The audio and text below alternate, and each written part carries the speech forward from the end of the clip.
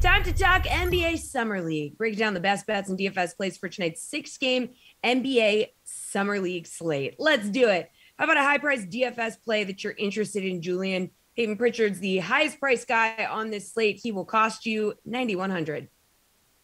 Yeah, it's interesting going through these Summer League guys and trying to find which high-priced guys are actually worth playing and where we can just go get value. So, in terms of paying up, yeah, I think Peyton Pritchard, I think a lot of the Celtics are actually in good spots because they have all these draft picks that we know they've just kind of been forced to use, and they're all still on the roster. So they use them in Summer League.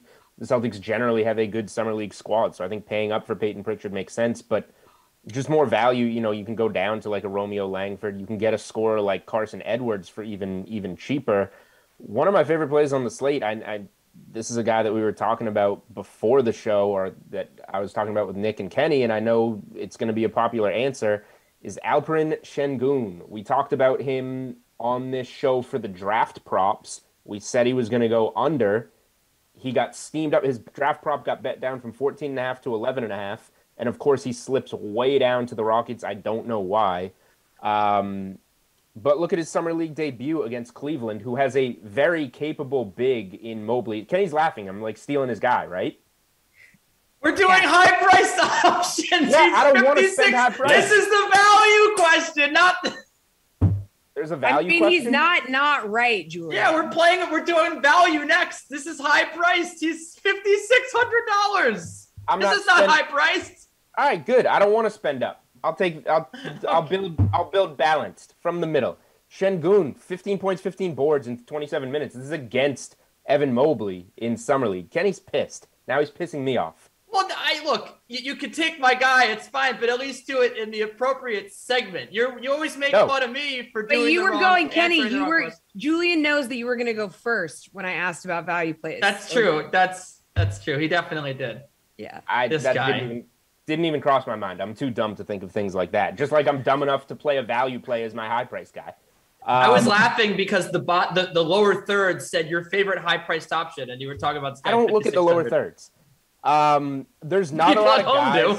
There's not a lot of guys. Like the minimum is 4,000. I don't want to play many minimum price guys, and I think the high price guys are not necessarily worth rostering in Summer League. So if I can get everybody between 5,000 and 7,500, that's what I'm going to do, and it starts with Sengun. All right. So Julian just going with a middle of the pack group. He's not looking to play stars and scrubs. He's just trying to build from the middle. Kenny, how about a high price DFS play? Yeah, I'll actually give you a high priced one. And Julian sort of touched on it early, and then he went into his second answer. So I guess we can skip him. I like Peyton Pritchard. I do like paying all the way up here at $9,100. And if you're not familiar with Summer League, the thing you should know about Summer League is no one passes. Everyone is out for themselves. Everyone wants to earn a roster spot or earn the glory or earn more minutes. And if you're a three-point shooter, you will just hoist threes. This is a selfish league.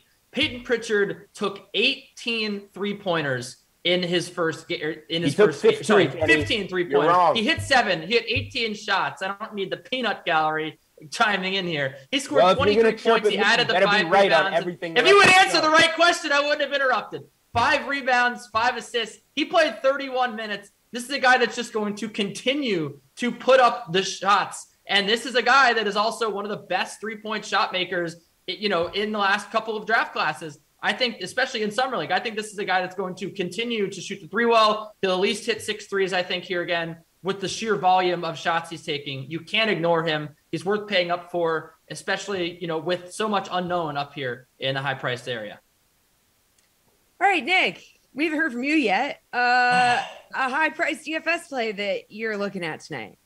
Yeah, I feel like I'm entering a combat zone here, so we'll see how this goes. I mean, Pritchard is on my list. He's 9,100 for a reason, 44 DraftKings points in Sunday's opener. We've covered that pretty thoroughly at this point, but Kenny's right. I mean, you want to find guys who are chucking shots. I was watching the Bucks Summer League game against the Clippers last night and witnessed Jordan Nwora take 17 shots in 15 minutes in the first half of that game. So like every team seems to have a guy like that you want to pick out.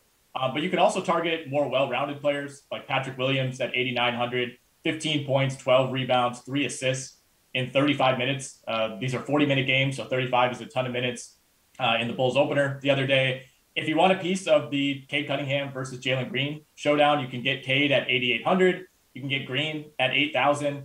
I thought Green looked better between the two. If you're looking at their debuts, I thought Green looked more confident. I think his jump shot is maybe even a little bit further along than I thought it was. He looked really, really comfortable. And then if you're looking for a big guy, I think O'Shea Brissett from the Pacers, a guy who actually made some waves in real life fantasy at the end of this past season, 22 points, 7 boards, 3 assists against the Knicks yesterday. So they're playing on a back-to-back, but pretty reasonably priced at 7,700.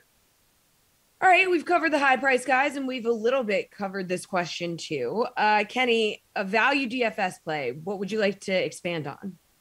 Yeah, so I really do like Sengun, as Julian alluded to. I can't believe I brought up his name and Julian stole him. But here, if you don't know about him, I can let you in. He's a Turkish big man. You know, people called him the most polished post player in the draft, and you see it. Even at 19, you see why. He had 15 rebounds and 15 points and 4 blocked shots in his opening game. And I do have a little bit of a concern here with his matchup. You know, he's maybe going to have a little bit of a hard time scoring in the post, but look, he didn't score that many points. He didn't hit that many shots in his opening game. He really just got it done on the boards and with blocked shots. This is the guy that tries very hard. He is trying very hard. And I know that is not a scientific thing, but when you're trying very hard in summer league, it does go a long way. There are, you know, a handful of guys out there who are already NBA rotation players, and they're just going to coast. So I like him a lot. I think that he is going to get a ton of minutes once again. That they really like him, and I'm going with him. 15 and 15 first game. I think he could do that again. All right, Nick, what do you think? DFS value play. Yeah, you have to mention Sengun. I mean, I feel like DraftKings is like baiting you into playing him at 5,600. I mean, he could reasonably be like $9,000 on this slate based on what we saw in that first game, and it was pretty replicable. Like the way he plays, you know, it's very Domantas Sabonis like or Enes Kanter in some ways to bring in another Turkish player. Like he is relentless on the glass. Like he had 8 offensive rebounds in that game, if I recall, going up against, you know, a capable big man in Evan Mobley. So I think Sengun is an obvious call. He's going to be pretty high owned in these contests as far as summer league DFS goes. But if you want to look elsewhere, I think Carson Edwards is a guy to target on the Boston Celtics. Like Julian mentioned, this is a team loaded with NBA caliber players. He went for 17 points, 8 assists, 6 rebounds, 39 DraftKings points in their opener. And then another chucker, Josh Christopher for the Rockets, who's at 4,900, one of their 4 first-round picks in 2021. Had a well-rounded 13 points, 5 assists, 4 rebounds, 1 steal in Sunday's opener. Only played 28 minutes. You'd hope that maybe he plays a little bit more. But he's in that class of players who, whenever he touches the ball, it's probably going to go up. And if he catches fire, you know, he could carry your lineup. All right, Julian, anything to add here? Maybe a little more on your strategy. You got another value player interested in? Building from the middle, and Carson Edwards is a guy I mentioned. Don't need to say much more about him. Nick spoke on him. I just think, well, first of all, Kenny said nobody passes in Summer League. He had 6 assists. That's pretty nice. And he went 2 of 8 from 3. So I just feel like if everybody is going to, not everybody, but if the popular opinion is going to be to pay up for Peyton Pritchard, there's no reason why Carson Edwards isn't going to have a game like Peyton Pritchard had and take 15 threes. It could be either one of them, even though Pritchard is kind of the more polished NBA player at the moment. That just means Carson Edwards needs more summer league work, and this is where you get it. So I think saving and you know, pivoting to a guy like Edwards and fading Pritchard and hoping for a big game there makes sense. And we're talking about these teams like the Celtics that have so many, you know, mid to late first round picks, and those are the kind of guys you want to look at. You also have teams like the Clippers, who are very veteran teams and don't have much of a summer league roster, which gives you, you know, a guy like Jay Scrubb. You don't want to play Scrubs on this slate, but he $5,500. He played 30 minutes in the first game. He scored 39 DraftKings points. He had a double-double with 24 points and 10 boards. There are some teams that are not going to have as much talent where you can get a name that doesn't quite stand out as much, that you don't remember as much from college basketball or from the draft, that is going to play a bigger role for their team. So I think Jay Scrubb's a guy that makes sense for the Clippers. All right, how about we talk a little sportsbook here? A summer league game spread or money line that you're interested in, Nick? I'll go under the 160.5 number for the Bulls Spurs game. I'm not going to act like I feel extremely confident about this, but neither team broke 80 in their Las Vegas opener. And if you look back at some of those games in the Utah Summer League, the Spurs scored in the 50s in 2 of their 3 games. And they didn't have their full roster. Tyus Jones wasn't there. Devin Vassell, I don't think suited up for all those games. So they're a little bit more talented in Las Vegas than they were there, but still some pretty alarmingly low totals in those games. And I also like the Rockets plus 3.5 against Detroit tonight. I thought Houston actually looked pretty impressive against the Cavs in their opener. I wasn't really blown away by Detroit. Sounds like they probably won't have Isaiah Stewart again tonight. Both teams have NBA talent. Obviously, it's Green versus Cunningham, but the Rockets beat the Cavs by 8 points on Sunday, despite shooting 36% from the field and 22% from 3. So I think both of those numbers probably come around. All right. Julian, what do you think? Game spread or money line that you're interested in? Yeah, I'm going to back talent. The Celtics kind of squeaked it out against the Hawks, needed a game winner in their first one, but I will lay the 5 with the Celtics against the Nuggets here.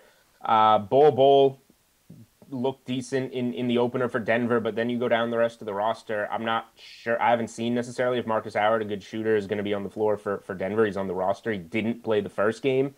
You go down the roster over those two names that we kind of know, and there's not nearly as much NBA talent as the Celtics Summer League roster has. So I think the Celtics, after squeaking one out, can carry some momentum here, build on that talent that they have. Kenny's smiling again. I don't know why I answered the question. Nick actually threw a total in there, which is the next question. I'm not going to roast him for it like you did to me, but Celtics -5 here. Maybe I stole Kenny's play or something. Kenny, go ahead. Just explain yourself. There wasn't a next question for the spread. I mean, I just thought it was funny that Julian was taking the Celtics. It says question 3, game spread or money line. Question 4, game total. Maybe I wasn't looking. No, the revised rundown did not have that. But I have the Nuggets +5 here. I think that the Celtics probably can win. But no, Julian alluded to it. He's right about Marcus Howard. His status is up in the air, but it looks like he could be trending towards playing. If he does play, I think that this game could be pretty tight. I also really like the over 165 with, again, the aforementioned talent that Julian alluded to with the Celtics scoring the basketball and the Nuggets, getting some NBA players back. Marcus Howard, I think, could have a really big night. And also, I think that that's probably the way to go here.